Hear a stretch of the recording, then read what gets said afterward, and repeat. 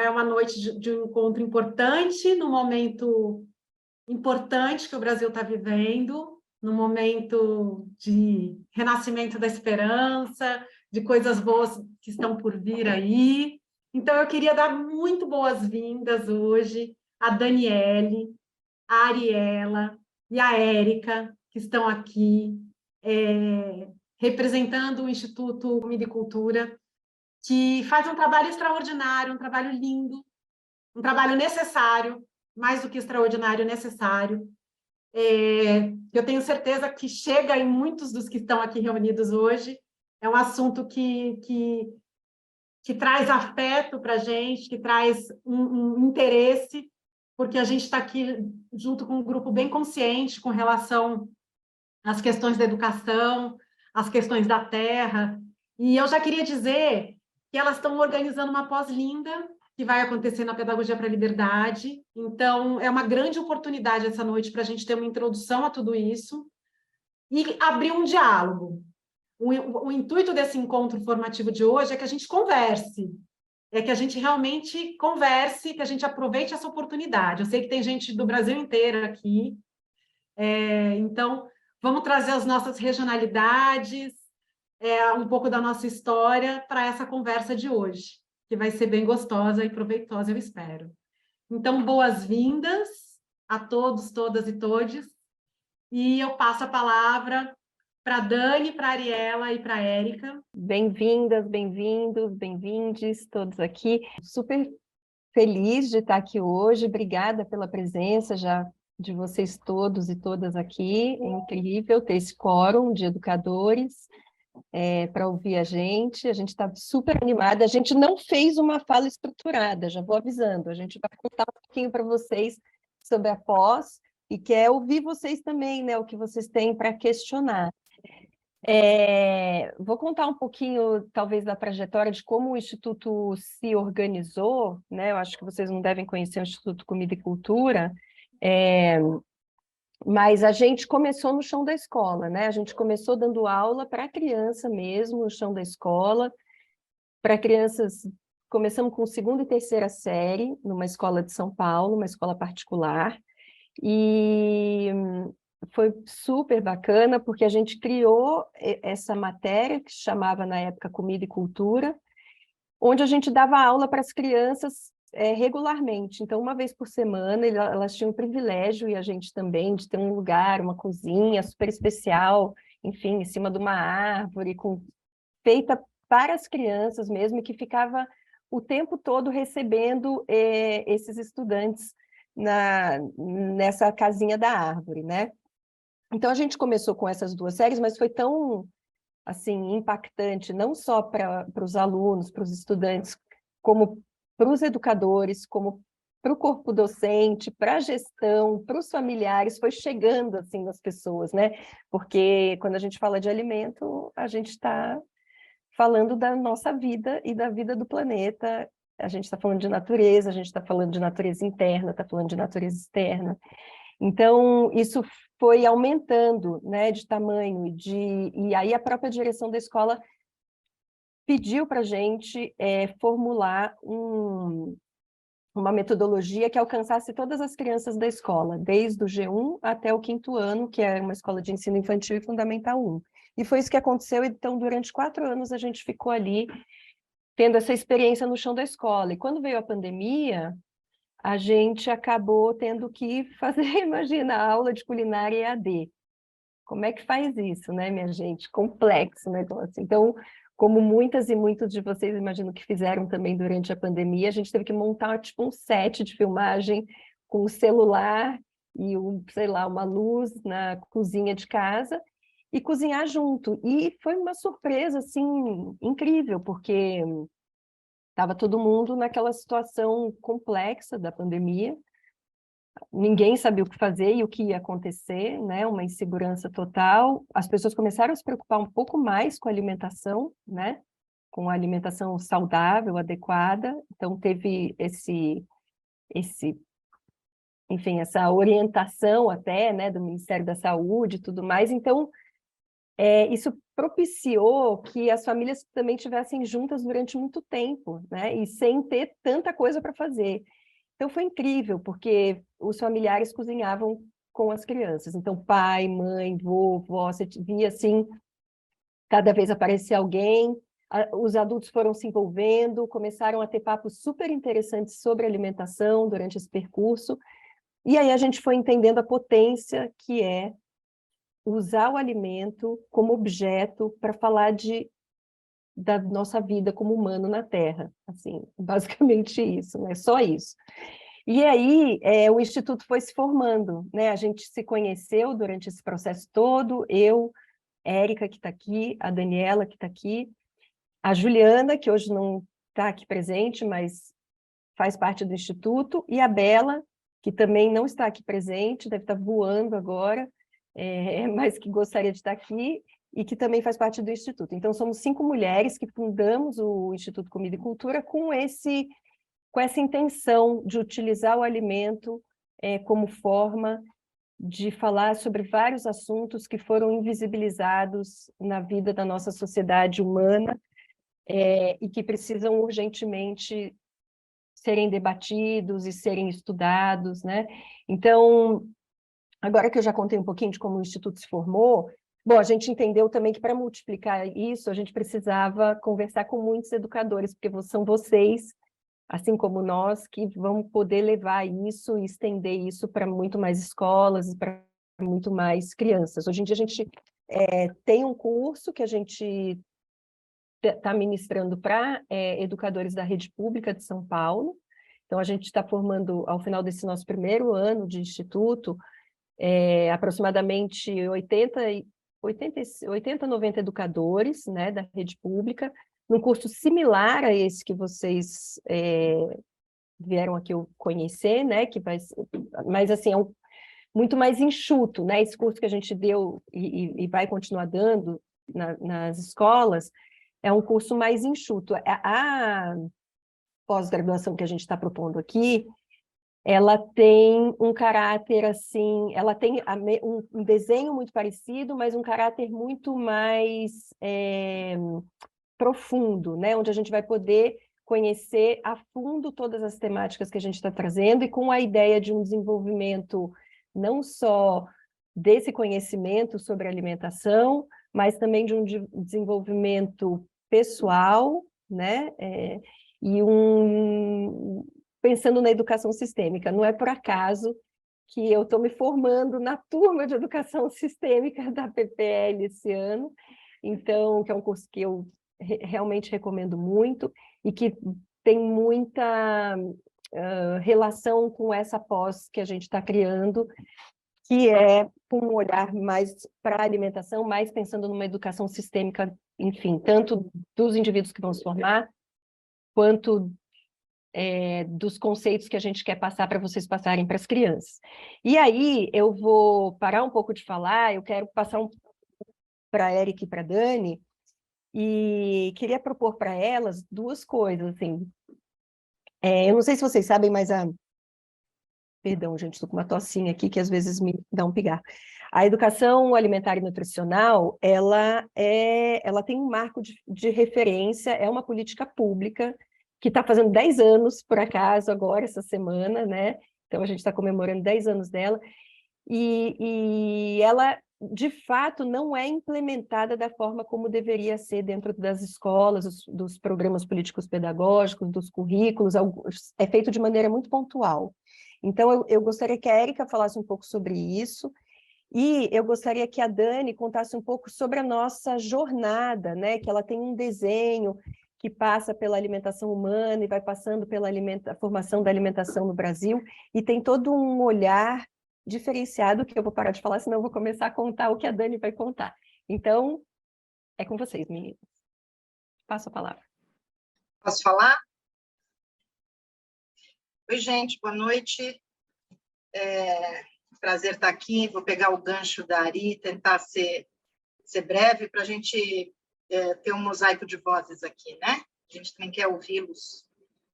Bom, isso daí que a Ari traz, na verdade, até acho que talvez seja importante eu dizer como é que eu chego a esse grupo, né?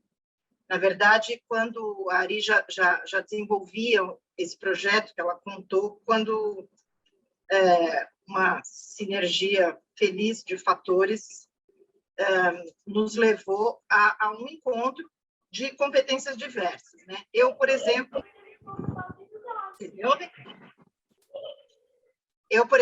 venho da gestão pública. Na ocasião que eu entrei no grupo aqui, eu tinha acumulado uma experiência na coordenação do Programa de Alimentação Escolar de São Paulo, né?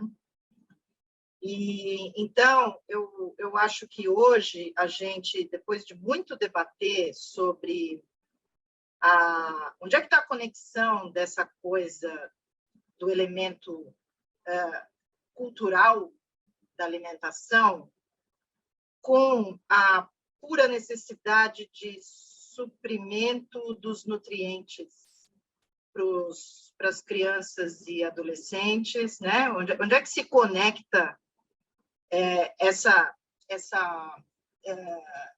potência que a alimentação traz e que ultrapassa a fronteira do nosso corpo, né?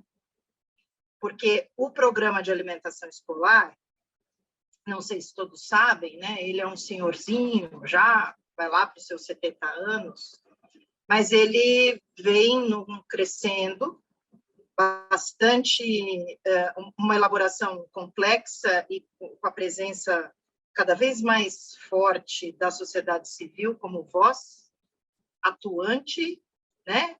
E que concebe as mudanças do programa, de modo que hoje a gente tem aí o que é seguramente a maior política pública de segurança alimentar.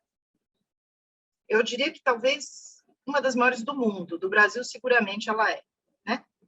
Pela extensão, pela capilaridade e pela universalidade, porque é para todos. Sentou no chão, sentou no banco da escola, você tem direito a um pacote de nutrientes que vem na forma de comida, né? Comida que sai da terra, cada vez mais.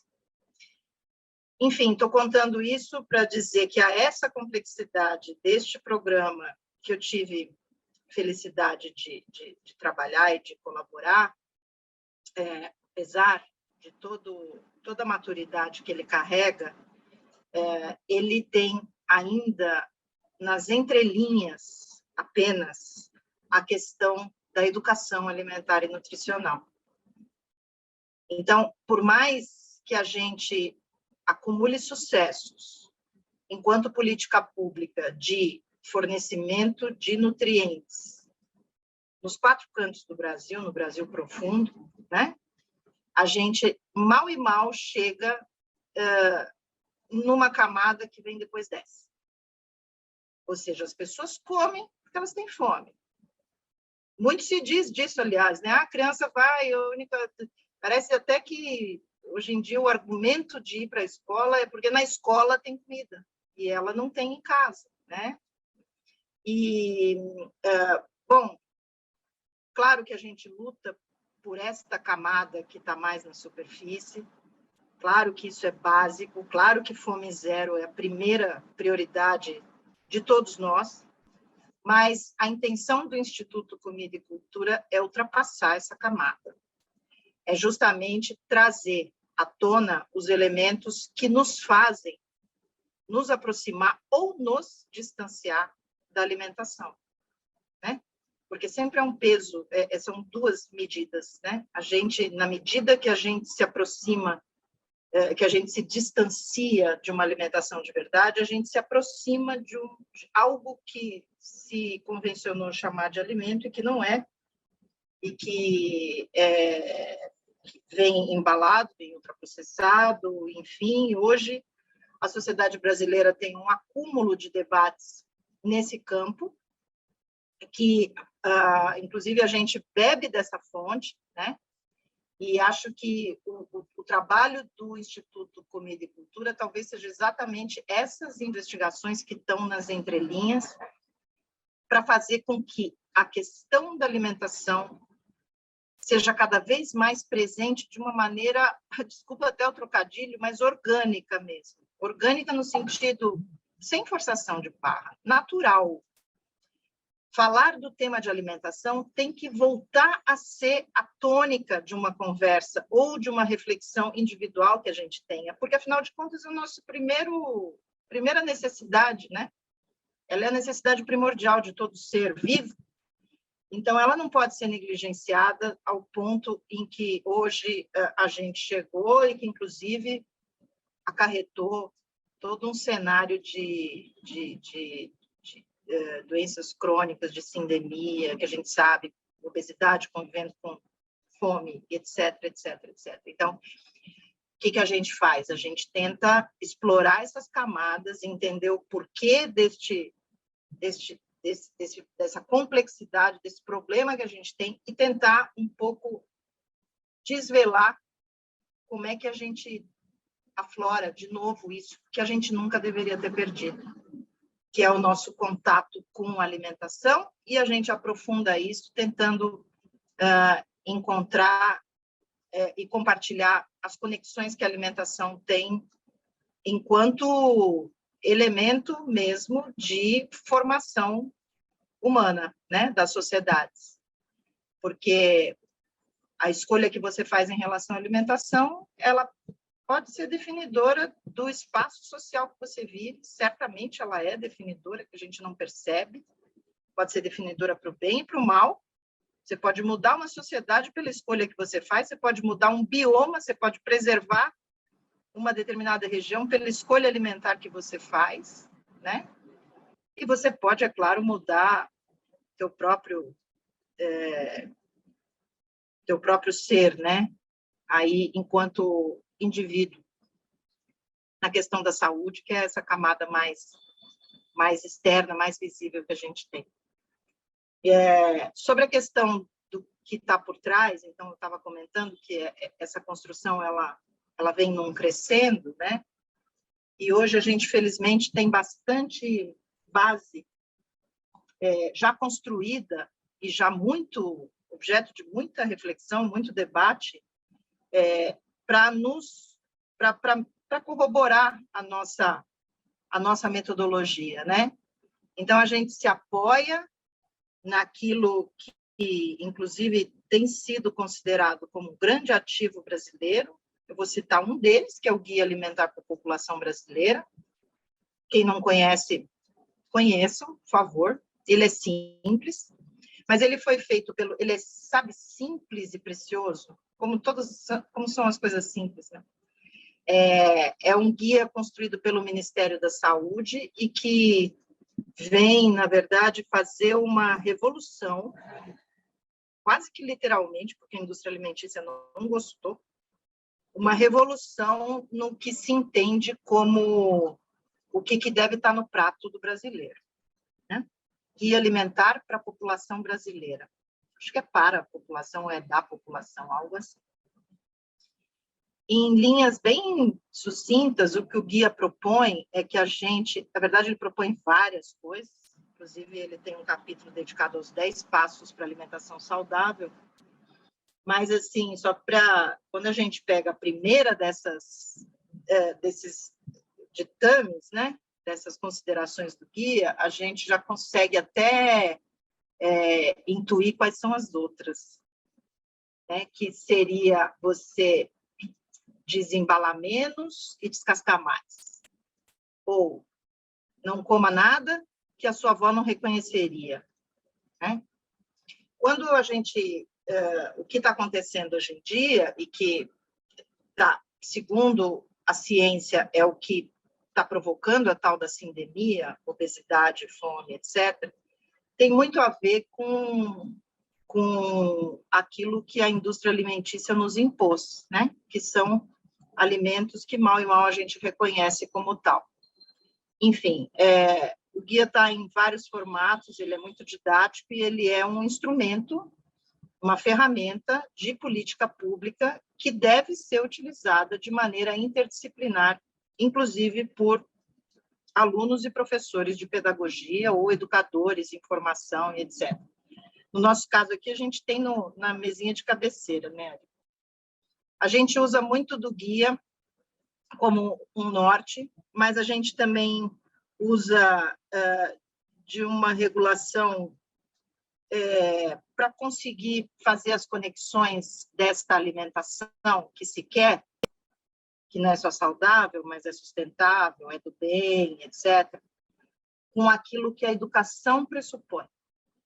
Então, um dos nossos pilares, ele está fincado na Base Nacional Comum Curricular, onde a gente tenta encontrar as competências adequadas que se espera de cada fase do desenvolvimento humano e trazer o alimento para o foco daquele momento, para justamente tentar capacitar ou ajudar o educador a trabalhar com o tema da alimentação no contexto dele, do cotidiano dele, da turminha de alunos, das idades, etc. Então, a gente trabalha muito com essa construção matricial, né? De colocar o alimento num determinado momento da vida humana e trabalhar junto com o educador para isso. Eu acho que talvez aqui a Dani possa explorar um pouquinho mais o tema.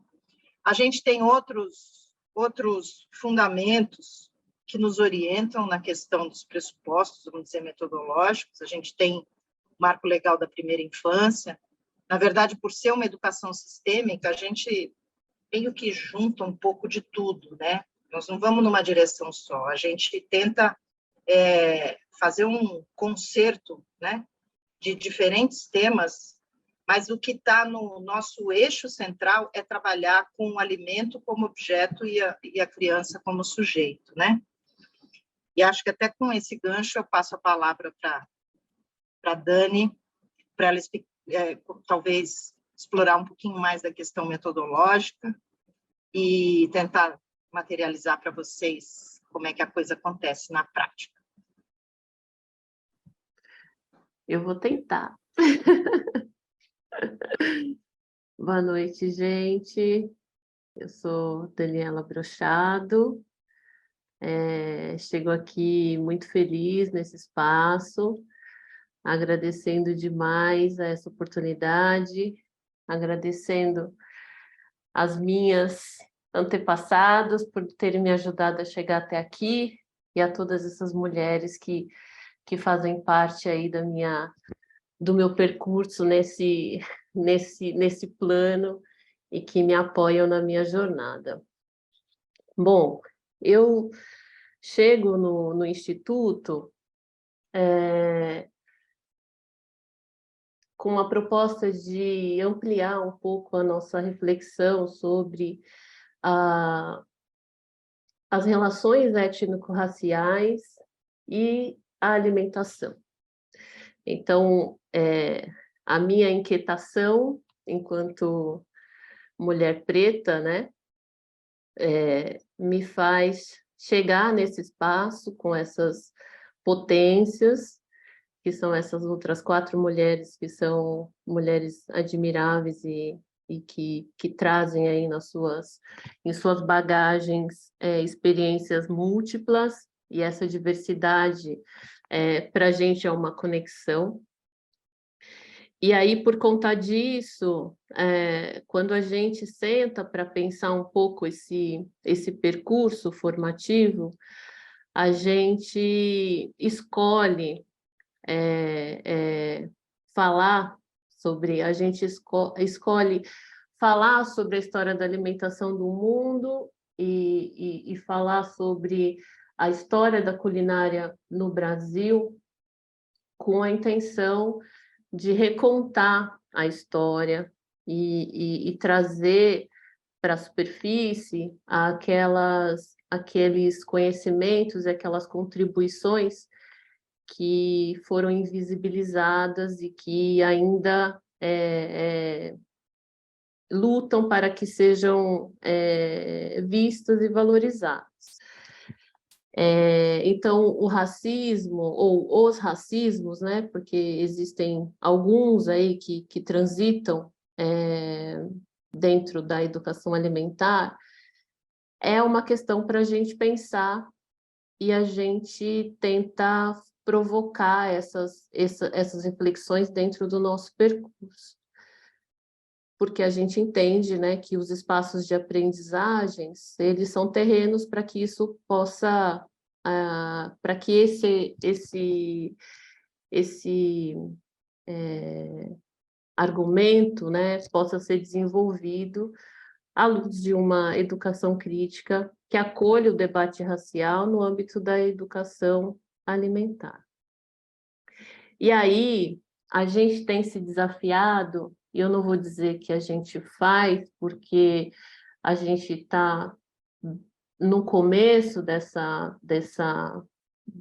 trilha, né, dessa jornada, mas a gente tenta criar processos pedagógicos que sejam afrocentrados, que se apoiem no conceito da educação intercultural, para que a gente possa oferecer possibilidades plurais para esse debate e ampliar um pouco a dimensão da questão alimentar.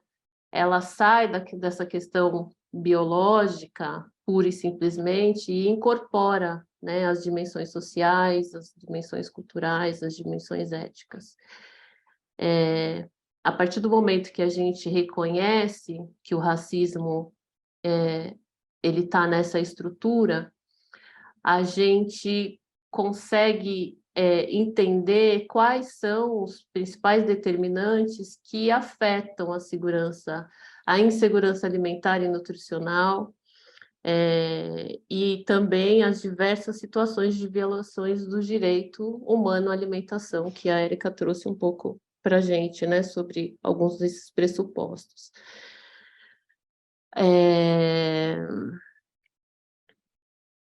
Bom, esse percurso pedagógico, ele trança os saberes científicos, então a gente não está aqui para negar o que tem sido construído enquanto base de conhecimento dentro dentro da educação alimentar.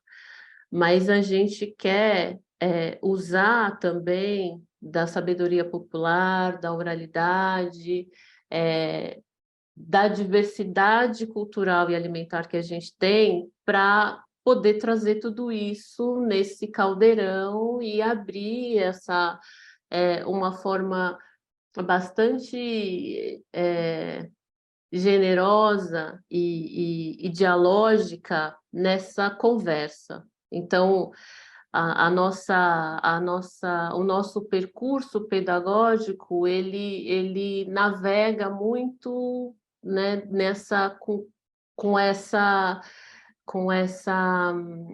com esses instrumentos, né? Essas são algumas das nossas ferramentas para poder fazer com que essa jornada seja uma jornada de troca, de provocações, né? E entendendo os educadores e as educadoras como esse elo nessa amplificação desse debate. Porque a gente sabe que chegando ali naquela criança, né, com essa pluralidade de conhecimentos, e depois do educador ter passado por esse processo reflexivo, certamente o que vai chegar para essa criança e que vai semear dentro dela serão sementes bastante potentes, capazes de transmutar essa realidade que a gente tem e, de fato, emancipar todos os povos, né? Acho que a gente tem essa pretensão, assim, enquanto efeito, né? Porque a gente ainda está nesse processo investigativo e teórico, né, dessa relação entre o racismo e o conceito da segurança alimentar e nutricional. Então, a gente vai propor uma viagem, assim, nesse curso. E navegando pela história do nosso Brasil, que é múltiplo, que é diverso, que é cheio que é biodiverso, né? A gente vai conseguir passar por questões técnicas, por temas importantes, acolhendo perspectivas, referências que são outras, não eurocêntricas e hegemônicas. Encaminhando um pouquinho aqui já para o final da minha fala, uma das coisas que a gente tem provocado nessa nossa jornada formativa é buscar a descolonização dos currículos. A gente entende que quanto maior o número de narrativas, mais completa será essa compreensão e menos a gente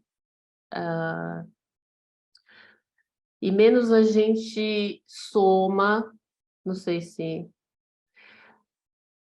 O que eu quero dizer é, fazendo essa descolonização, trazendo essa pluralidade de referências, a gente combate um dos principais racismos, que é o racismo epistêmico, que é aquele que tenta apagar todas as construções tecnológicas, ancestrais, não só dos povos africanos escravizados, não só dos afro-brasileiros que nasceram, né, dentro desse processo da escravidão, mas também de todos os outros povos. Então, descolonizar o conhecimento, fazer a gente questionar sobre essa estrutura, né, que constrói a ciência e tudo mais, essa coisa dessa visão ocidental, é uma forma da gente descolonizar os currículos e democratizar o acesso ao conhecimento e corroborar para que a gente consiga uma emancipação não só intelectual de conhecimento, mas também essa soberania alimentar que a gente tenta buscar. E só para dar um pouco de... fazer um teaser aqui de quem nos apoia, né, nessas referências, dessa construção desse processo pedagógico, eu vou falar para vocês aqui alguns autores, algumas autoras que compõem essas referências. Então, a gente tem o Frantz Fanon, que fala sobre descolonização, a gente tem a Vera Kandal, que fala sobre o conceito da educação intercultural, a gente traz a Catherine Walsh sobre as pedagogias decoloniais, Nilma Lino Gomes, que fala sobre descolonizar os currículos, Bunsei Kifu Kiao, que traz a cosmologia africana dos povos Bantu-Congo para falar de alimentação. A gente tem a Gerá Tenonde Porã, que é uma liderança indígena guarani, que tem sido parceira e colabora com a gente em algumas das nossas aulas. A professora Liliane Braga, que é consultora e também ela faz formações voltadas para a educação antirracista. A gente tem o geógrafo Rafael Sâncio, a gente tem Kabeleje Munanga, Ney Lopes, Milton Santos, Bell Hooks, Vandana Shiva, e entre outros. Muniz Sodré. Muniz Sodré, o nosso fofo. Como que ele chama o educador, Dani? Ele lembra que arte, como é que é? Arte, não é articulador, espera, a gente vai lembrar, peraí. ele dá um nome para o educador que é a coisa mais linda que eu já vi, eu não consigo lembrar agora, daqui a pouco vai vir. Mas assim, como se o educador fosse não é? Aquele que por onde passar, por onde passa, né? É uma palavra que resume, a gente vai ver. Vai vir daqui a pouco, mas o Muniz, né? Eu te interrompi, você quer finalizar? Eu passo a palavra. Obrigada pela escuta. Obrigada a você. Eu queria dizer, Arielle, Ela, que coisa delícia que tá isso. Esses autores são muito incríveis que vocês estão trazendo, são referências muito incríveis para os educadores brasileiros, gente, né? Isso que ela só deu uma pincelada. Não, mas eu queria trazer o reconhecimento da potência desse trabalho que vocês fazem. Eu realmente queria trazer o reconhecimento.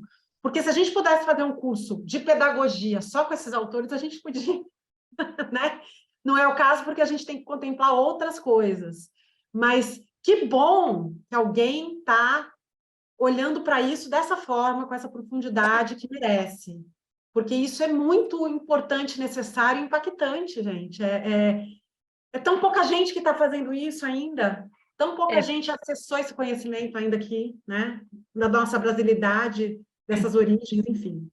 A gente tem uma pesquisa bem... Obrigada, Dani. Obrigada. A gente tem uma pesquisa bem profunda mesmo, bem vasta, com esse olhar não eurocêntrico. A gente traz alguns autores, como a Dani falou, né, que a gente traz, desculpa, gente, uma diversidade, né, de autores.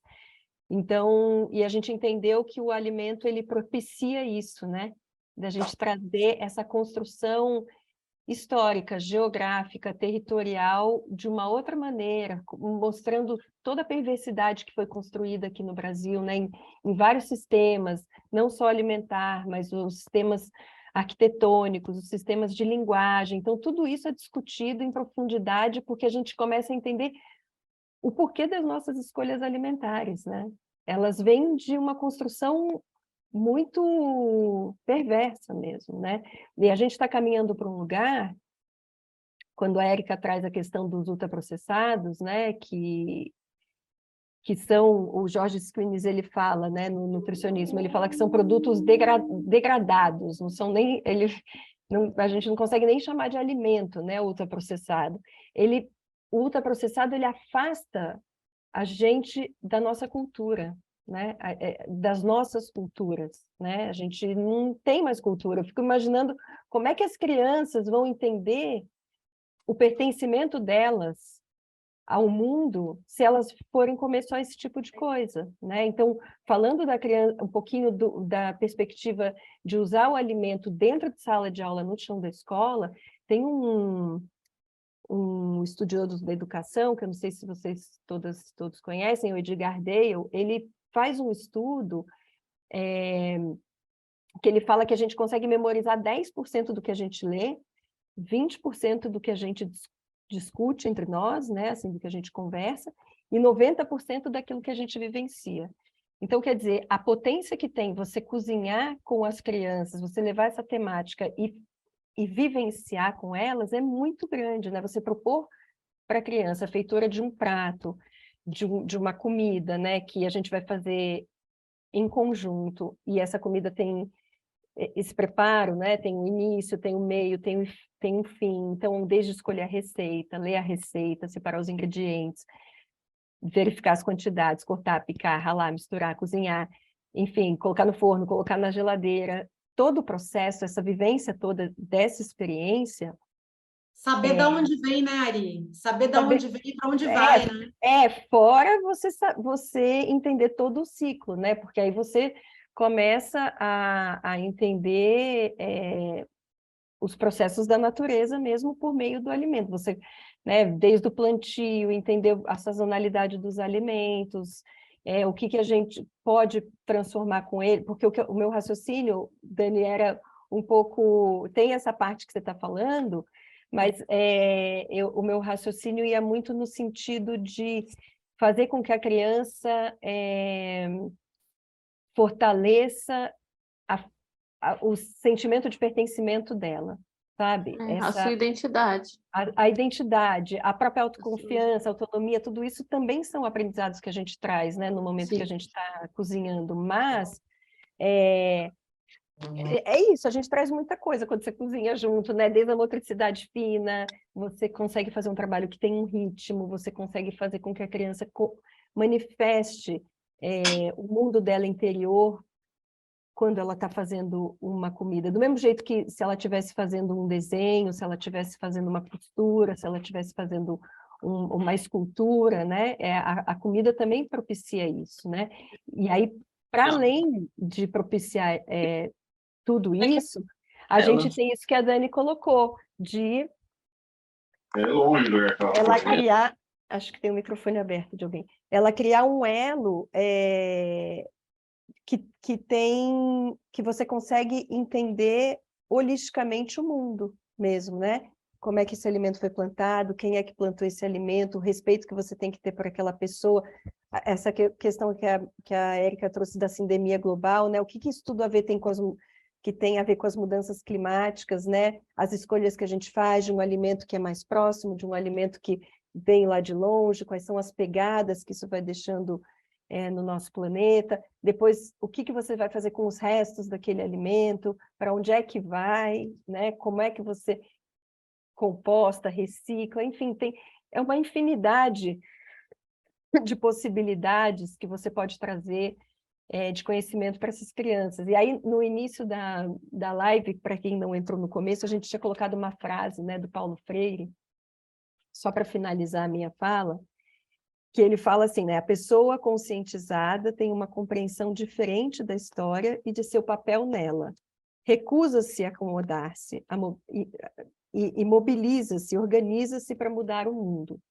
Então, assim, isso tem muito a ver com um processo até pessoal meu, onde eu cheguei num momento que eu fui me aprofundando na questão alimentar e entendendo que se eu soubesse de tudo isso que eu sei hoje em dia, quando eu era pequena, eu teria tido uma outra consciência, uma outra relação com o mundo. Politicamente, eu estaria em outro lugar. Politicamente, eu estou dizendo, né, não na política do país, mas na política de vivenciar o dia a dia, né? E aí, aproveitando... Então, eu acho que é muito importante a gente pensar nisso, muito importante pensar no que a Bela sempre traz, que, assim, criar bons hábitos é muito mais fácil do que você transformar hábitos, né? E aproveitando o que a Dani falou, eu sempre falo que eu estou terminando, né? Eu vou pensando em mais coisas. Eu acho que está tudo tão interconectado e relacionado que eu não consigo parar de falar. Mas o que a Dani trouxe no começo, a gente está num momento muito importante de mudança, de paradigma mesmo, né? A gente sabe mundial. E no nosso país, felizmente, a gente conseguiu essa mudança que, né, no ano que vem a gente vai começar a reconstruir tudo isso. Ontem eu e Érica tivemos a oportunidade de participar da primeira plenária lá, que a Bela está participando em loco, sobre as questões da alimentação, e é impressionante assim, como o tema da alimentação e da educação alimentar, ele está premente, ele está ali pulsando. Então, a gente precisa de muitas pessoas pensando igual, entendendo e com essa consciência sobre a alimentação e sobre esse olhar decolonial que a Dani trouxe aqui, que é importantíssimo, para a gente levar isso para as nossas crianças, porque aí a gente vai conseguir juntas e juntos construir realmente uma nova geração de pessoas que vai poder transformar e fazer com que a humanidade permaneça na Terra, né? Que é o que eu acho que todas e todos nós queremos. Passo a palavra de novo aqui.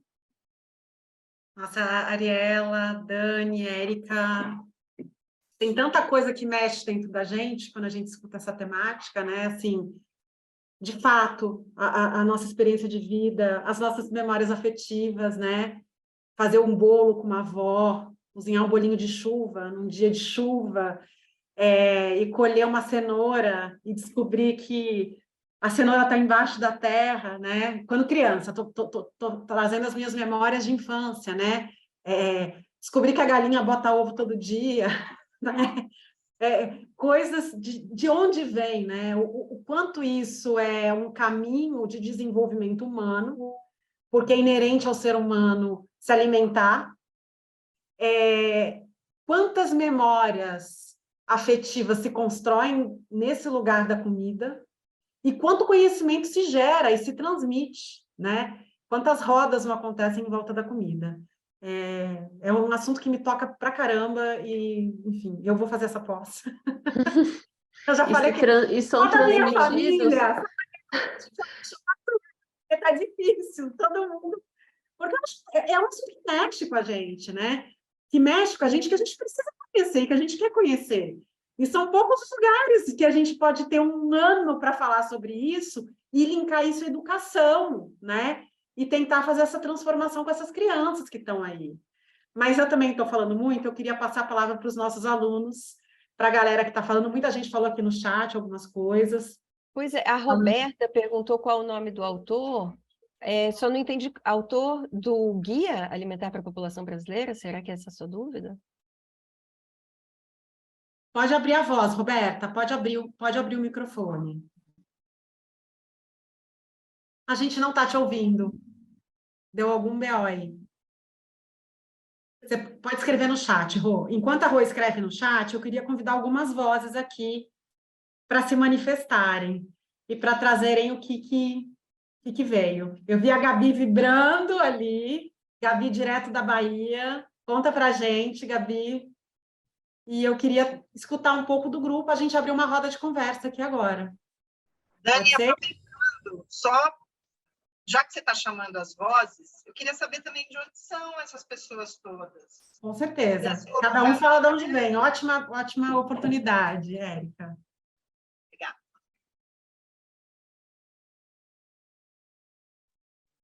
Olá, fui intimada aqui pela Dani. Intimação boa.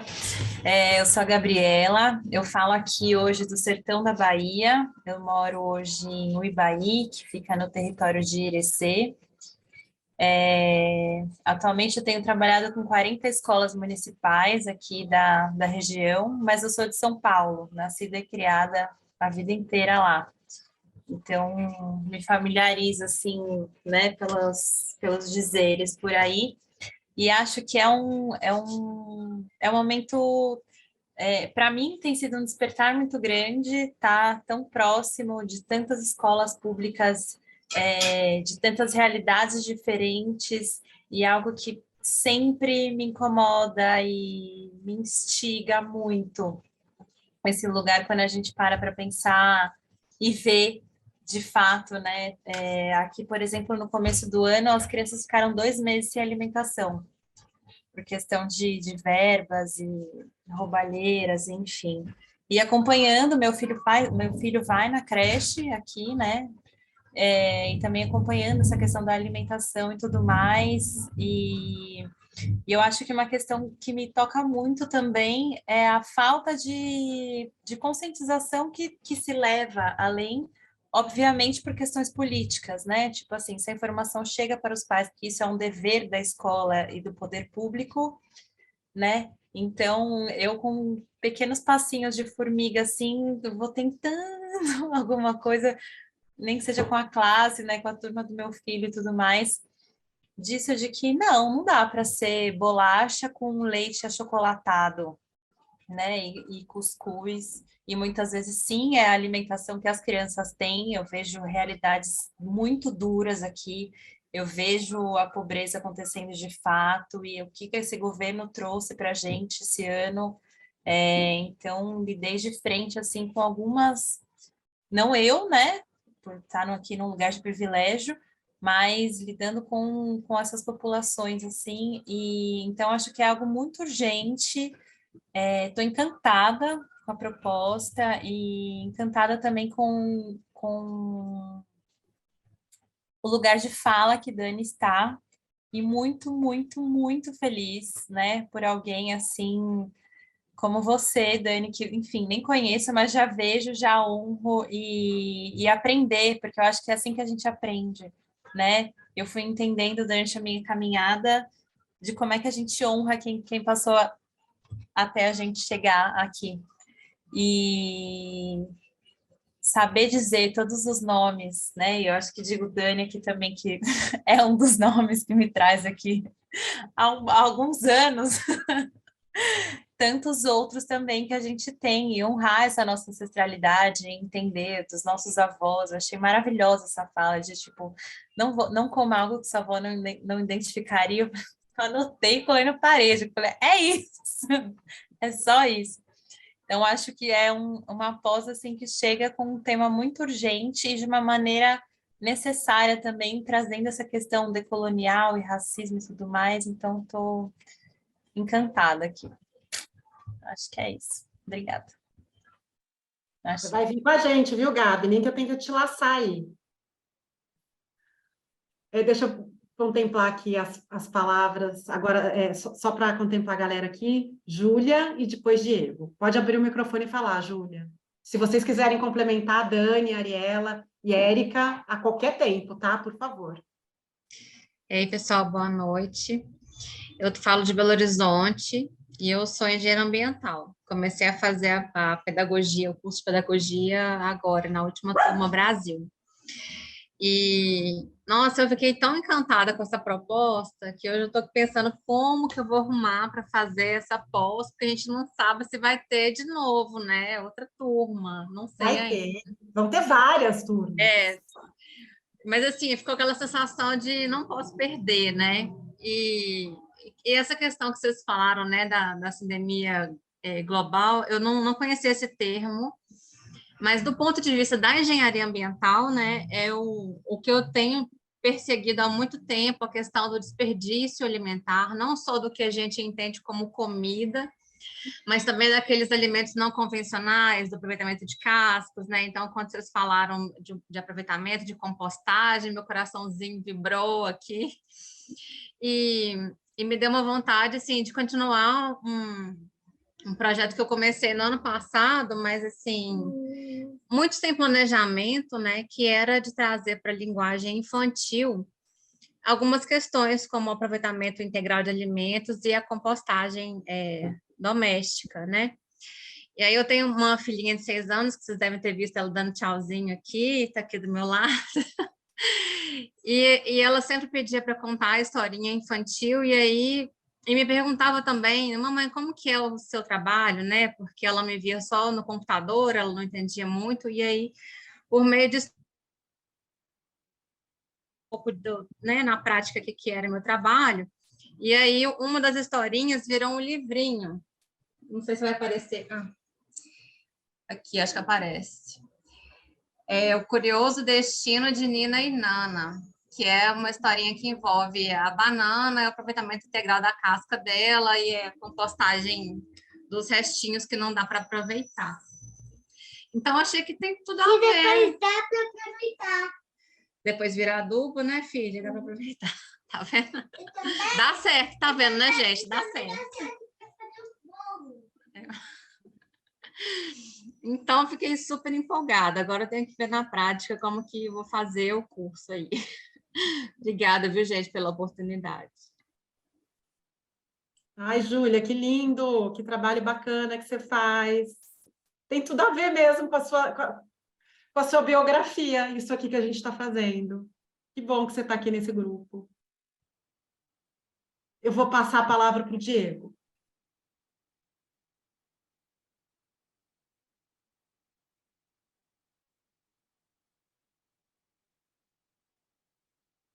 Alô? Oi, estão me ouvindo? Estamos te ouvindo. Mas acho que vocês não conseguem me ver, né? Minha câmera está com um símbolo estranho aqui. A gente não está te vendo, Diego. Eita, não vou conseguir resolver agora. Mas, enfim, boa noite, gente. Boa noite para todo mundo.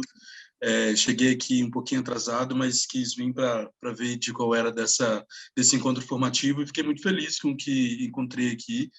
Eu também atuei na Pedagogia pela Liberdade, estou em parceria com a Dani e com os outros professores e professoras, e queria comentar rapidamente algumas coisas que a Daniela trouxe, porque eu achei que foram bem interessantes, né? Talvez eu acabe me repetindo, né? Aliás, repetindo a sua fala, Dani, por conta de ter chegado um pouquinho atrasado, mas quando você falou, tudo isso me remeteu a algumas coisas que eu estudo. Eu também trabalho com relações étnico-raciais e com ecologia política, e imediatamente eu me lembrei muito do racismo ambiental, né? Eu tenho pensado um pouco no racismo ambiental como uma produção do adoecimento, né, uma produção da morte, e não tem como desconectar isso da ideia de nutricídio, né, de um adoecimento, de um enfraquecimento da população negra através de uma alimentação irregular, de uma alimentação precária, né, justamente por conta de questões econômicas, por conta da questão racial, e, enfim, Acho que isso também me levou muito a pensar no Josué de Castro, de Geografia da Fome, né, que é uma pessoa que no Brasil, de certa forma, tem um protagonismo aí na politização do problema da fome, né? E aí, por outro lado, em outro aspecto, eu lembrei muito também da cultura de terreiro, eu sou um homem de terreiro, né, faço parte aí dos povos e comunidades tradicionais, também trabalho com esses povos, e fiquei pensando que a alimentação para essas comunidades é uma forma de aprender a ética, né? Aprender a justiça, aprender princípios civilizatórios. E aí é muito interessante como que isso se amarra à questão racial, tanto na perspectiva de o racismo produzir um empobrecimento nutricional para as pessoas negras e, na contrapartida, as pessoas negras, as pessoas indígenas, né, os povos e comunidades tradicionais terem aí vários conhecimentos de uma alimentação saudável, de uma alimentação capaz de produzir saúde, produzir bem-estar, mas também de produzir cultura, de produzir valores civilizatórios. Achei bem interessante tudo que você trouxe e gostei muito da bibliografia também, né, das referências com as quais vocês vão trabalhar. Acho que é bem potente aí essa conexão entre a questão da alimentação, a cultura e a política. Muito massa. E me coloco também à disposição, viu? No que eu puder contribuir, aprender, participar junto de vocês, estou aí para a gente fazer negócio, para a gente trocar nesse mercado. Muito massa, parabéns. O Diego é coordenador da pós de Educação Étnico-Racial que a gente está desenvolvendo junto com a Jussara. É um trabalho lindo que ele faz. Ele deu um curso ano passado, né, Diego? Já foi ano retrasado. Eu já perdi a noção de tempo. Não, foi ano passado. Foi ano passado, né? Mas também tem um ano retrasado. Também, para todos os nossos professores de letramento racial e de uma forma... Eu estava conversando acho que com a Dani mesmo, né, no início, né? Para que todos os módulos da Pedagogia para a Liberdade contemplassem as questões raciais. Para isso, a gente tem que ter bibliografia, repertório, né? E o Diego faz esse trabalho junto com a gente aqui. Então, reconhecimento gigante a essa galera. Eu queria... Posso falar uma coisinha que o Diego trouxe? Total. Obrigada, gente, pelas falas todas aí que vieram. Muita contribuição para a gente, é tudo um caminhar. E aí o Diego veio falando do Josué de Castro, uma coisa que a gente acredita muito, assim, no Instituto, o Josué, ele falava assim, que era esse geógrafo, médico, né, que escreveu Geografia da Fome, para quem não conhece, lá nos anos 40, né, bem lá atrás, ele já falava sobre isso, e ele fala muito sobre a fome endêmica e a fome epistêmica, né? E, na verdade, ele diz que assim, a gente tem uma fome que ela é permanente há muito tempo e que ela vai e vem, né, na humanidade. E tem uma fome que é mais uma fome de crise, né, quando tem uma catástrofe, uma mudança climática muito grande, né, uma chuva muito grande, uma seca muito grande, ou tem uma guerra, né? E essa fome que é pontual, é uma fome que se resolve com uma série de políticas que você faz naquele momento e tal. Mas e essa fome que é endêmica, que é uma fome permanente, né? O Brasil, eu não sei se vocês sabem, mas o Brasil, a gente sabe atualmente que o Brasil voltou ao mapa da fome, né? Mas ele já esteve no mapa da fome e ele saiu do mapa da fome no governo Lula, que fez uma série de políticas públicas, que foi o Fome Zero, que a Érica trouxe aqui, né? Então, um conjunto de políticas públicas importantes que conseguiu tirar o Brasil desse mapa. E agora, nesse último governo, ele volta para o mapa da fome com 33 milhões de pessoas passando fome. E por que eu estou trazendo isso aqui? Porque o Diego lembrou do Josué, e eu lembrei dessa história da fome endêmica, e eu lembrei que a educação alimentar, desde a primeira infância, é uma forma da gente criar essa consciência que eu vim falando do Paulo Freire naquela hora, que pode fazer com que a gente consiga ter uma geração muito mais consciente dos seus próprios direitos, né? Porque o direito à alimentação adequada e saudável, ele é um direito constitucional e ele não é cumprido, né? E aí ele não é cumprido. Quem que trouxe a Gabriela trouxe essa questão de tá vendo, né? Muita gente passando fome, muita gente e numa situação complexa. A gente sabe que muitas crianças vão à escola só para comer, que nem a Érica trouxe, né? Então, como é que a gente muda isso? Não sei, é um problema complexíssimo, né? O problema dos sistemas alimentares, mas eu tenho certeza absoluta que a educação faz parte de um dos pilares mais importantes para uma mudança realmente estrutural da sociedade. Enquanto as pessoas não souberem, não tiverem acesso a esse conhecimento do seu próprio direito, que é uma das coisas que a gente trabalha no curso e que é uma das coisas que a gente acha que tem que ser trabalhada junto às crianças mesmo, desde pequeno, né? A política tem que ser ensinada desde pequeno para a criança. Então, o educador é esse elo que pode fazer isso, que pode fazer com que essa transformação ocorra dentro do âmbito da educação, né? A gente sabe que são muitas coisas que têm que acontecer ao mesmo tempo para que a humanidade volte para um caminho, ou sei lá, se ela já esteve num caminho mais possível, né, de continuidade. Então, eu acho que essa fala do Diego me remeteu a isso. E me remeteu também que a gente precisa reaproximar a criança da natureza, né? Não adianta a gente chegar para a criança agora e dizer para ela assim, ó, o mundo tá, desculpa, o perdão da palavra, mas o mundo tá uma merda, né? A gente está deixando para vocês aqui um lugar que vocês vão ter que resolver, porque a gente agora está assim. Então, a criança ela vai ficar com... Existe um termo aí que é ecofobia, né? Não sei se já ouviram falar, mas as crianças, assim, elas podem ficar com uma ecofobia, porque, assim, poxa, vocês fizeram tudo isso e agora a gente vai ter que arrumar? Não adianta, né? A criança ela pode ficar num lugar muito ruim De não para ação. ela. De não ação. Isso, obrigada, Dani, de não ação. O que a gente tem que fazer? A gente tem que fazer com que ela se apaixone pela terra, né? Se apaixone pela natureza. Cozinhar junto com as crianças, usar o alimento, que é uma coisa que está no Guia Alimentar para a População Brasileira, que vocês vão aprender durante o curso, que a gente tem que comer muito mais alimentos in natura do que alimentos processados ou ultraprocessados. Então, levar esse conhecimento para ela e fazer com que ela se reapaixone, né? Ou que ela, quer dizer, ela já nasce, eu acho, com essa paixão, né?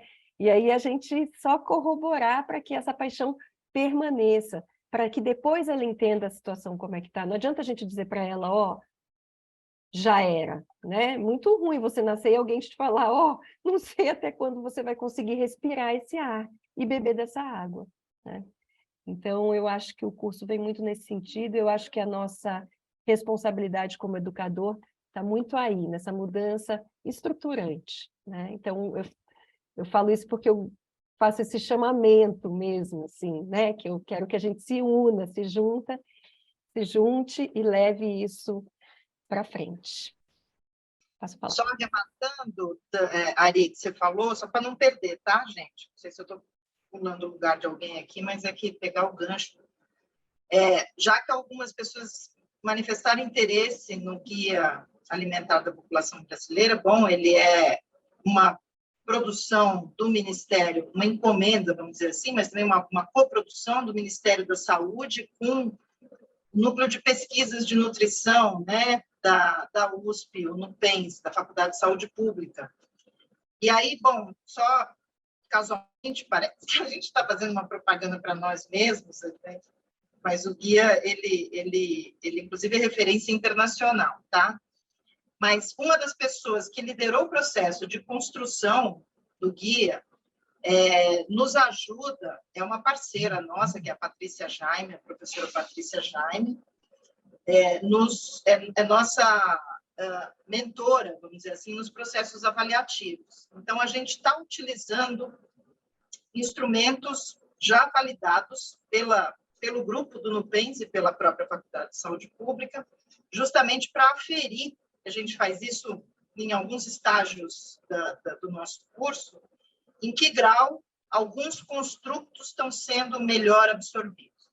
Então, a nossa intervenção, ela tem um objetivo muito claro, que é justamente, vamos dizer que ela tem alguns objetivos, mas o primeiro deles é a aquisição, a troca, né, a reciclagem do conhecimento em relação à alimentação, mas isso não se basta.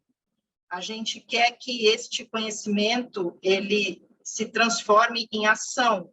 Então, a gente também vai avaliar até que ponto o educador, nosso colaborador aqui na construção do curso, até que ponto ele se sente seguro e habilitado para replicar o conhecimento, que essa é a nossa intenção, não é guardar na gaveta, e ainda, até que ponto ele sente que os colegas de grupo, seja em que instituição ele estiver trabalhando, vão estar também mobilizados para o tema.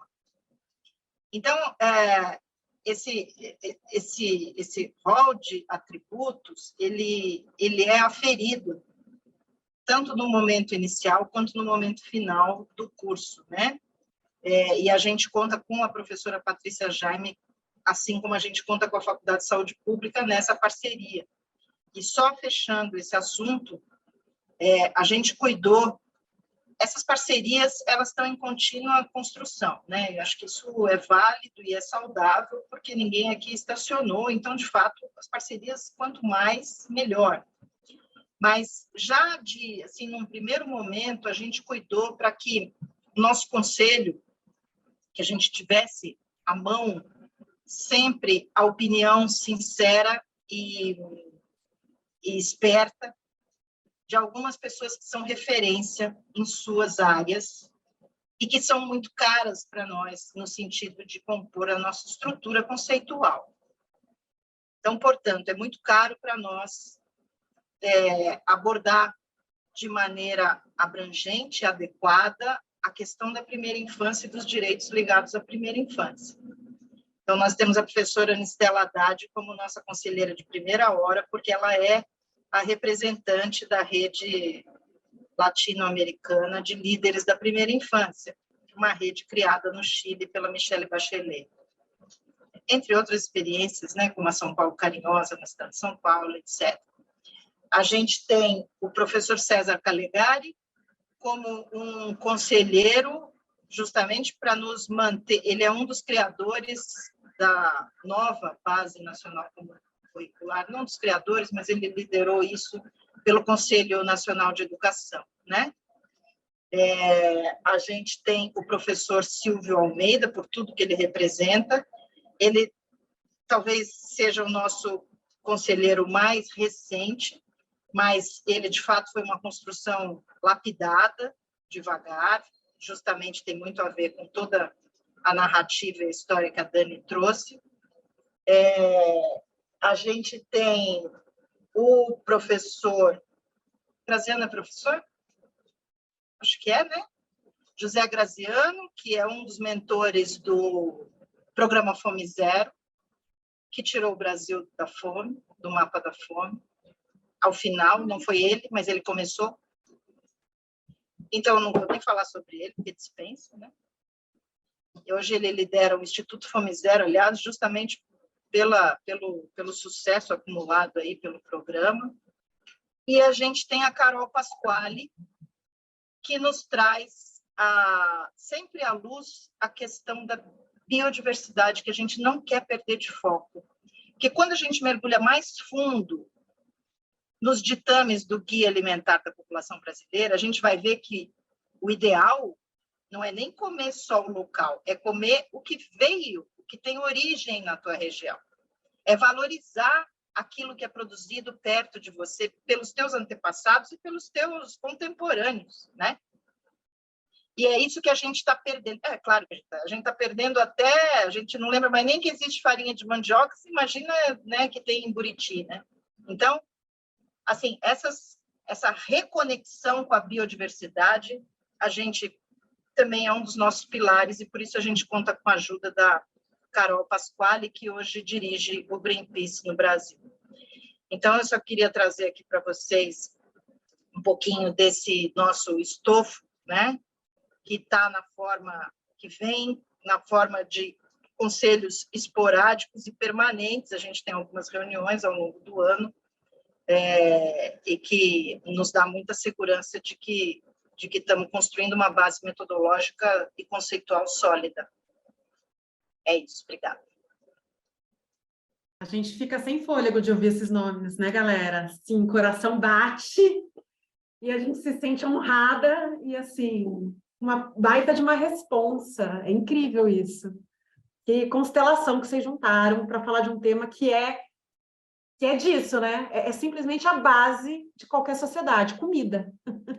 É isso, é disso que se trata. Passar para a Larissa. Larissa, depois E Gabi. cultura. E cultura, mas é isso, é a base. É aí que começa tudo, né? Como é que ninguém falou sobre isso desse jeito antes, né? Entre aspas. Loucura, né? Larissa. Para a gente poder falar todo mundo junto agora. Uhul. Oi, gente. Nossa, eu não ia entrar nesse encontro e eu fiquei tão feliz de ter conseguido estar aqui, de escutar a Dani e escutar a Gabriela também, assim, falando sobre o quanto isso chega na gente enquanto mulher preta, né? E aí, Larissa, fala de onde você está falando para a galera se localizar. Ah, claro. Eu estou em São Lourenço, é sul de Minas, a cidade das águas minerais, com gás natural. Enfim, o que eu queria muito trazer, assim, é uma história. Eu sou contadora de história, é uma história real de duas crianças que eu conheci aqui no quintal. E o quintal de férias, a nossa descolônia de férias, que a gente faz aqui sempre em junho e janeiro, a gente recebe crianças de todos os lugares, escolas públicos, público, privado, né? A gente tem uma ideia de que todo mundo tem que estar e a gente dá um jeito de todas as crianças que precisam estar nesse lugar. E duas crianças se conheceram nessa descolônia, crianças que vieram de escolas diferentes, de uma mesma cidade, pequena inclusive, né? Mas elas não se conheciam. Uma das crianças, ela chegou dentro do quintal e começou, nossa, isso é alecrim, isso é hortelã, isso... E a outra criança atrás, você sabe? Mas o que é isso então? E o que é isso aquilo? E não sei o quê. E aí, essas duas crianças se conectaram, uma de escola pública, outra de escola particular. Elas são amigas até hoje, são duas crianças muito, muito amigas, se encontram nas pracinhas e por vezes no quintal. E elas se conectaram através do saber de uma dessas crianças, porque a outra não acreditava o quanto a outra criança sabia dos poderes daquela natureza. E elas se conectaram muito por conta da romã, do pé de romã, porque a criança foi explicando que tudo na romã tinha um remédio, a folha da romã, a casca da romã, a fruta da romã, e eles ficaram muito naquilo ali, e esse dia virou o mês inteiro de descolônia, tá? E cada dia eles iam explorar e essa criança ficou muito, tipo, ele é o meu mestre, assim, eu quero saber tudo, eu quero terminar sabendo tudo. Moral da história, né? A criança que sabia tudo era a criança da escola pública e a criança que não sabia desses saberes era a criança da escola particular, criada em pátio, né? Criada em um lugar muito do não saber ancestral. E essa outra criança, além de estudar numa escola pública, ela era uma criança brigada, que depois voltou para sua família e conseguiu e tudo, e hoje eles são muito, muito, muito amigos mesmo. E eu lembrei por conta dessa questão que a Dani traz, o Diego traz também, da estrutura racial que a gente tem, dos saberes da oralidade sendo completamente negligenciados, né? E até mesmo nesse lugar do tipo, como ele sabe tudo isso, né? Então, a gente, lógico, nesse processo nós tivemos várias questões, né? Inclusive da criança que veio dessa escola particular, de como ele sabe tudo isso, se ele... Porque eles conversaram, né? De onde ele veio, do que e todas as coisas aconteceram ali. E aí o racismo e todas as coisas foram acontecendo nesse processo também, né? Até, inclusive, dos pais, que depois se conectaram, primeiro através do abrigo, né? Depois através da avó que ficou com a guarda dessa criança até hoje. Então, assim, essa história para a gente é uma história que é muito clara, assim, em relação, clara e escura, né? Em relação a esse lugar de como a comida e como a oralidade conecta as pessoas, né? Os saberes ancestrais conectam as pessoas, o poder que tem do saber ancestral dentro do ambiente de quintal, principalmente, dentro do ambiente escolar. E aí lembrei muito disso, porque isso ficou muito com a gente nesse processo, assim, a história dessas duas crianças é muito forte para a gente nesse lugar da alimentação, claro, mas nesse lugar do saber da oralidade, do saber ancestral, por que esse menino sabia tanto isso? Porque a avó dele é benzedeira.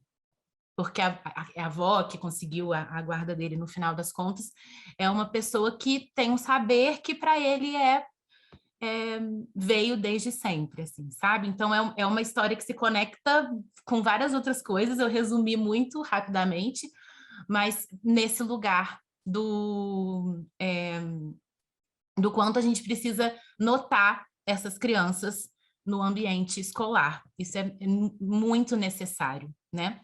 E elas existem muito, mais do que esse menino. Muitos outros meninos estão nesses ambientes.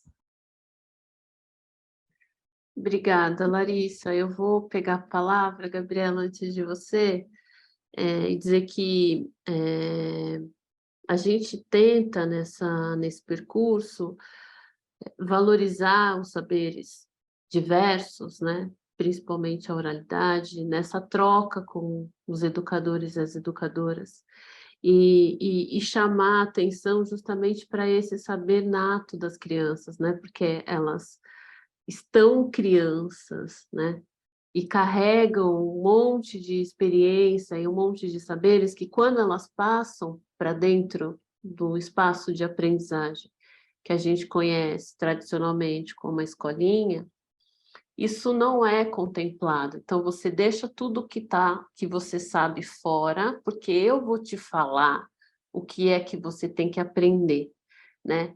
E a partir daí você não valoriza a identidade daquela criança, não ajuda com a sua autoestima, né? Então eu falo muito disso porque esse é um pouco até do meu processo, sabe? De me reconhecer enquanto agente, né? Enquanto protagonista da minha vida, da minha história. Acho que por tudo que a gente transita dentro desse percurso formativo, a gente tenta provocar esse tipo de reflexão que você traz aqui. Então, como é que eu abro a minha escuta para essa criança, eu cuido para que isso seja valorizado dentro desse espaço de aprendizagem que eu estou criando com ela, dentro da escola, dentro do centro comunitário, dentro daquele encontro que a gente faz no quintal quando reúne 6, 7 crianças para, sei lá, comer alguma coisa, enfim. Acho que é um pouco disso que a gente tenta transmutar, sabe? De passar, e não, a gente fala muito desse fluxo, né? Não estamos, a gente não se coloca enquanto detentoras de saberes precisos que vão ali fazer essa coisa e eu vou te dizer, sabe? A gente apresenta, sabe? A gente oferece. E a partir daí a gente vai trançando tudo isso com quem está com a gente, né? E a gente vai se fortalecendo nisso. O Diego tinha falado que ele estava com receio de ter repetido algo que eu tenha falado. Não repetiu, a gente reforça questões que estão aí, que não são caras, né? E cada um com a sua experiência e com a sua vivência, a gente tenta fazer com que isso se junte, né? Emerja e potencialize, a gente consiga envolver, e aí abraçando também, né? Todos os outros tipos de linguagem, todas as outras formas de aprendizagem. Então, a gente falava, conversando com uma turma que a gente estava fazendo um dos nossos diálogos, de por que não, né?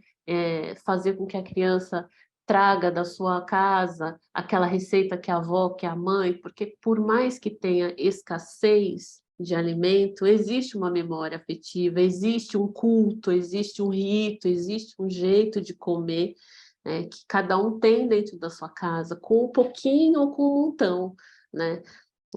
Que lindo seria, né? Ela poder chegar e falar, então, lá em casa a gente faz assim, a gente faz assim, por que a gente plantou, por que a gente pegou, por que a gente fez. Então, tudo isso a gente vislumbra, né? Enquanto desdobramento mesmo dessa formação, não sei se a gente chama de formação, que eu acho que, ou dessa desformação, pode ser. Eu passo a palavra, Gabi. Obrigada, Larissa.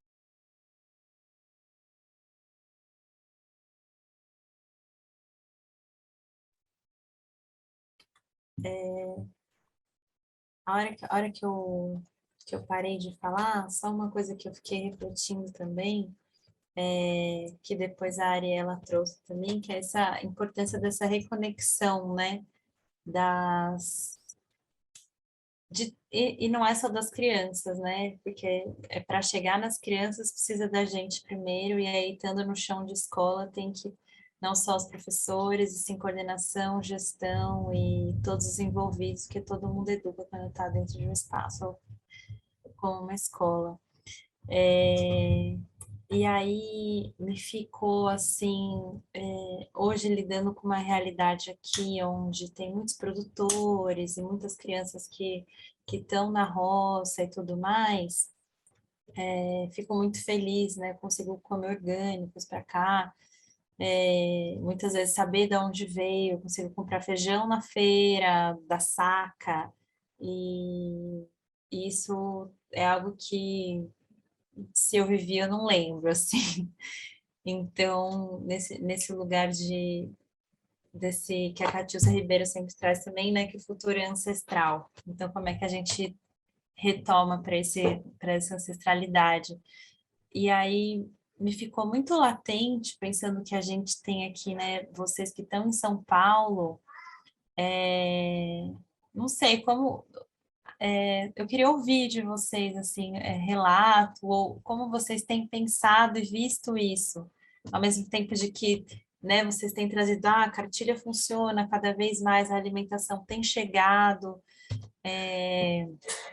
de uma maneira com os direitos atendidos de todos, né, dentro da escola, como isso, tipo, como a natureza está dentro da escola e como essa consciência vem para o dia a dia, porque sei, eu fico pensando, eu já fui professora também, ensino infantil, e já cheguei a ter criança falar assim, o leite vem da caixinha, né? Que é o clássico. Então, como que vocês pensam isso, essa ligação, assim, né, para entender e de alguma forma viver, de fato, essa origem?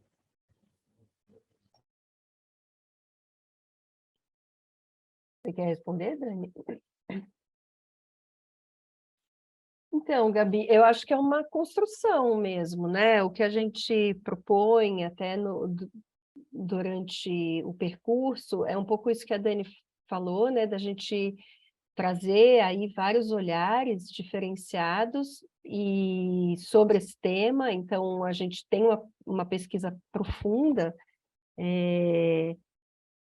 e que a gente traz várias questões sobre o mesmo tema, né? E junto, a intenção é junto com vocês, educadores que participam do curso, construir possibilidades de estar levando esse tema para o chão da escola.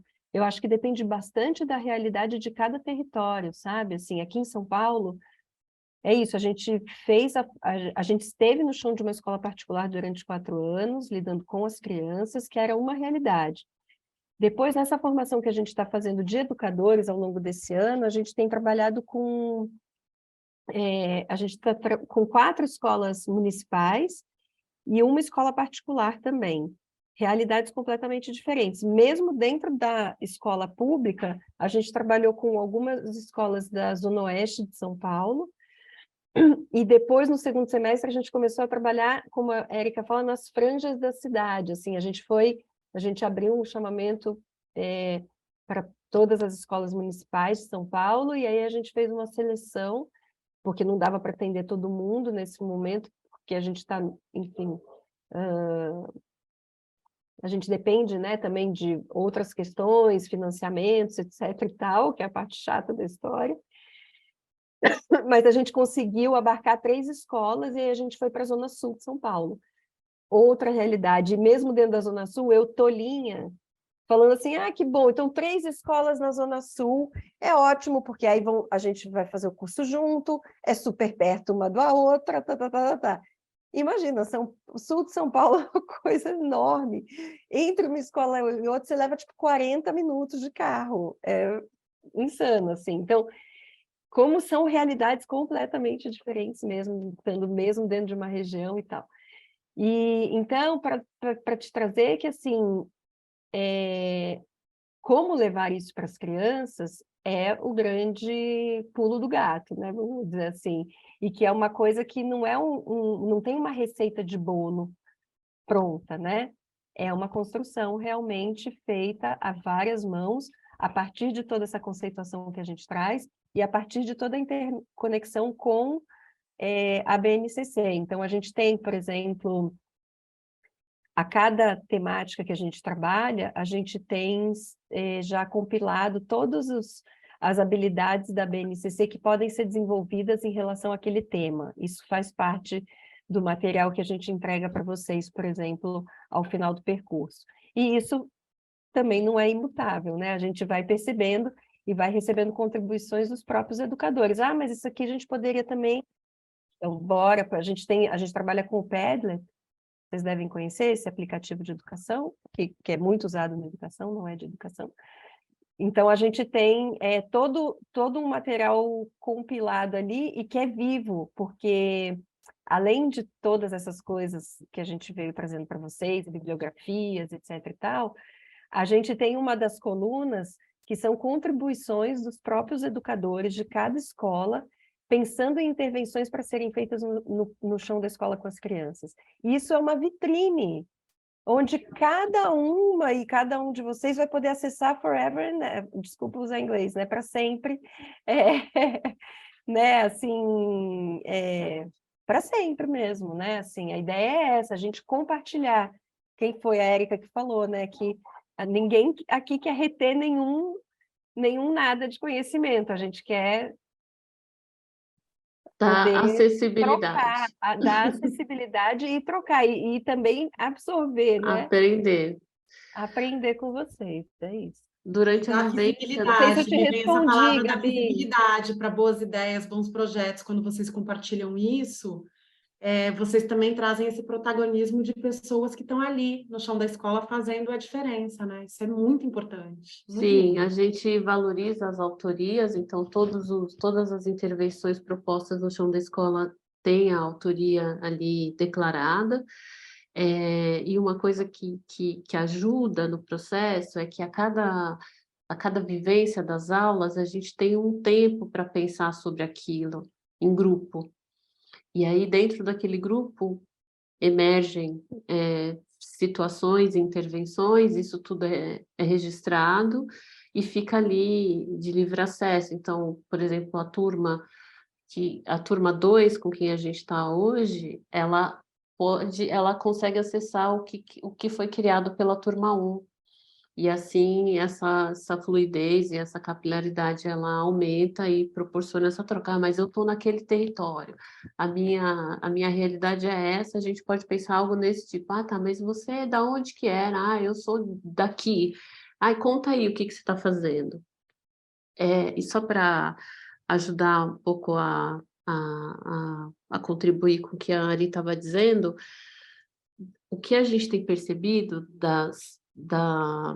das vivências que a gente tem feito, dos diálogos com os educadores e as educadoras, é que, à medida que os temas vão sendo conversados, as dúvidas vão surgindo. Então, a gente fala sobre a produção agroecológica, sobre o acesso aos orgânicos. Então, vem algumas questões, puta, mas onde é que eu acesso? Se eu estou aqui, onde vivo, não tem nada que eu possa acessar de natural, eu tenho que caminhar muito, ou a minha feira é uma feira muito pobre, que tem poucas coisas, ou que chegam coisas que são praticamente em situações de qualidade muito inferior àquela que você vê em lugares mais privilegiados no centro da cidade.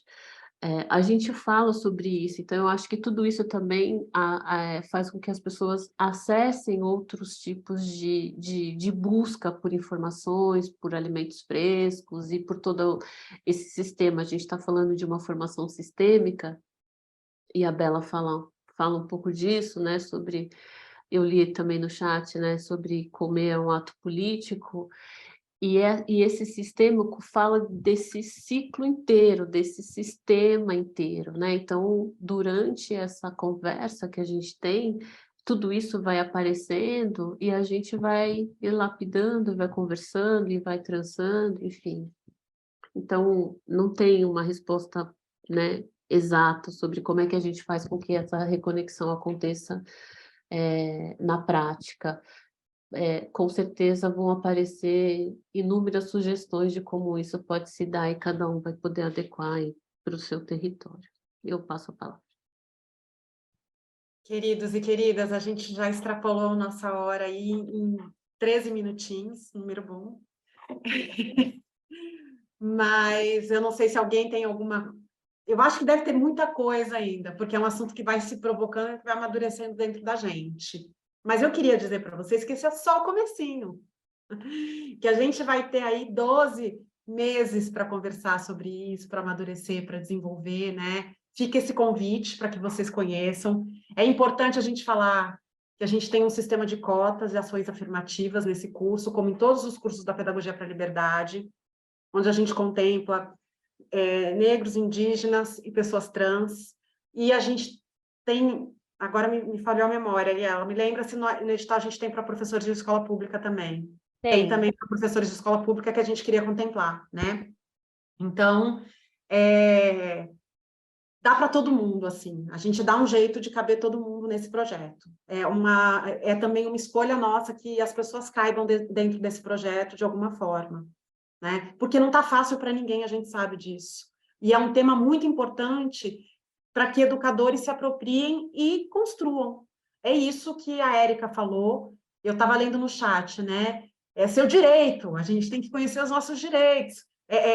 Mas quem conhece os direitos no Brasil? Né? Né?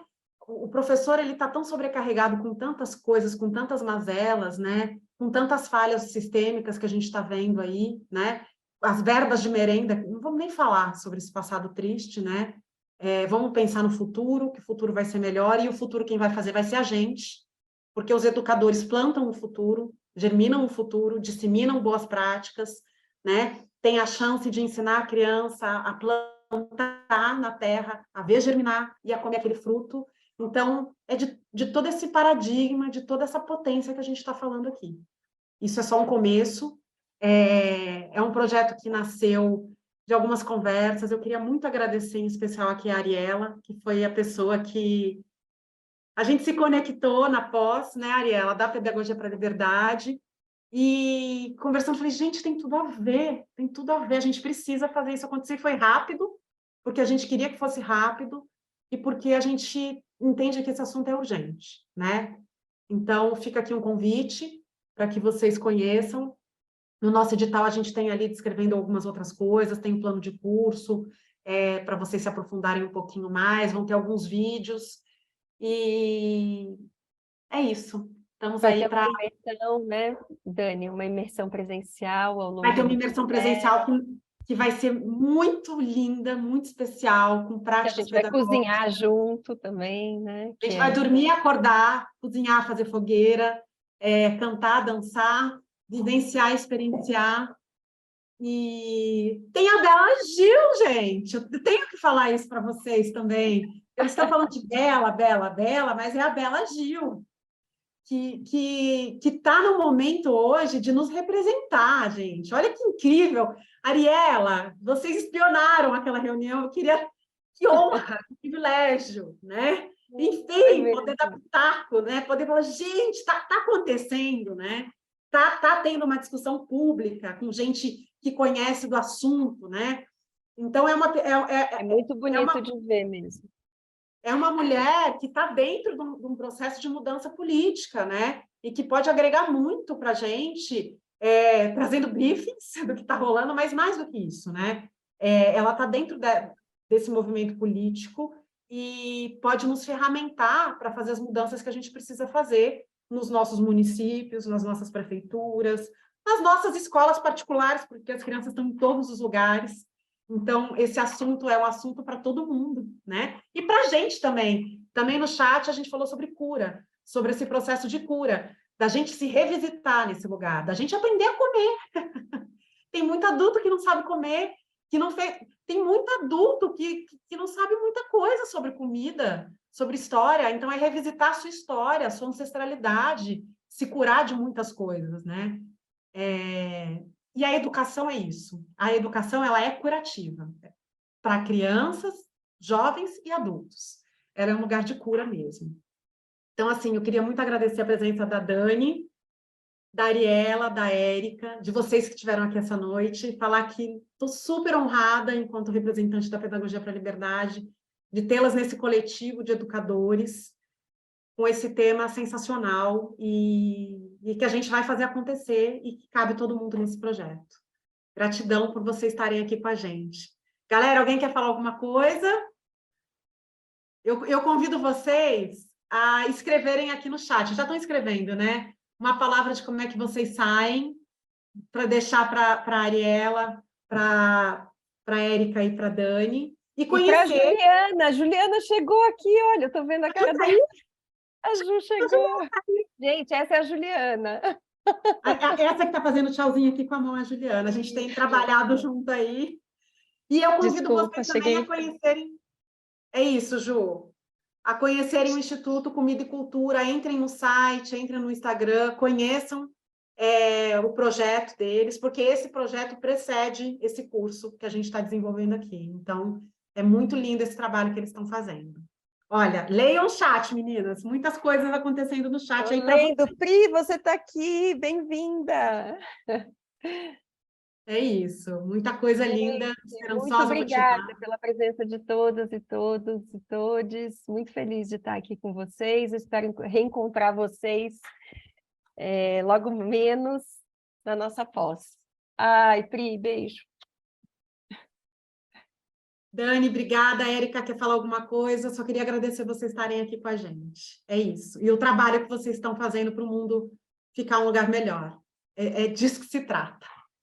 Um beijo para todo mundo. Gabi, amei ver essa criança que eu vi dentro da sua barriga. Gabi, eterna aluna da PPL. Amo você.